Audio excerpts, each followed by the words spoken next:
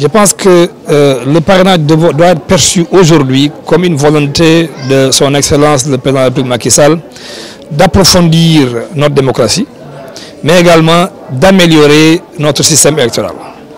Comme vous le savez, et comme nous le savons tous, lors des dernières élections législatives, sur les 47 listes présentes, seuls 6 ont pu dépasser la barre des 1%. Ce qui devrait quand même nous amener à réfléchir. Est-ce qu'aujourd'hui, pour des raisons d'ordre budgétaire, mais également même pour des raisons d'efficacité, il est bon aujourd'hui de permettre à une centaine de candidats de se présenter à cette élection-là? Moi, je dis non. Je pense qu'il faut percevoir ce parrainage comme un filtre qui doit être mis en place pour permettre d'abord au peuple sénégalais d'exprimer sa souveraineté de façon claire. Parce que, comme nous le savons tous, 100 candidats, 50 candidats qui se présentent, mais c'est au-delà même des questions budgétaires et des questions économiques. Mais voilà, je me demande si le peuple sénégalais aura même l'occasion de comprendre le message et le programme de chacun des candidats.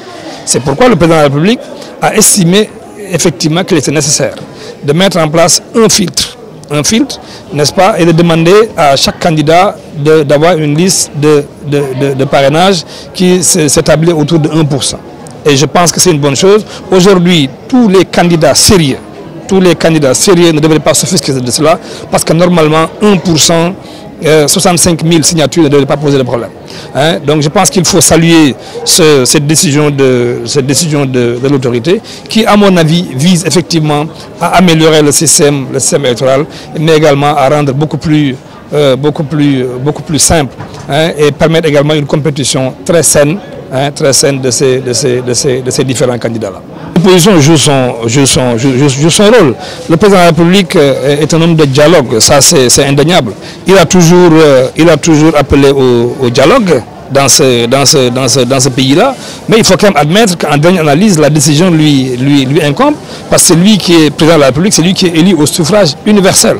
Des consultations ont été menées, mais je pense qu'il appartient à l'opposition de se ressaisir et de comprendre le sens de cette proposition de loi-là, de ce projet de loi, j'allais dire, qui effectivement, comme je l'ai dit et rappelé tout à l'heure, va dans le sens du renforcement de notre démocratie, mais également rendre beaucoup plus crédibles les résultats que nous allons avoir au soir du 24 février, et également permettre, n'est-ce pas, aux candidats sérieux, je dis bien aux candidats sérieux, de pouvoir demander le suffrage des Sénégalais en toute transparence et en bonne intelligence.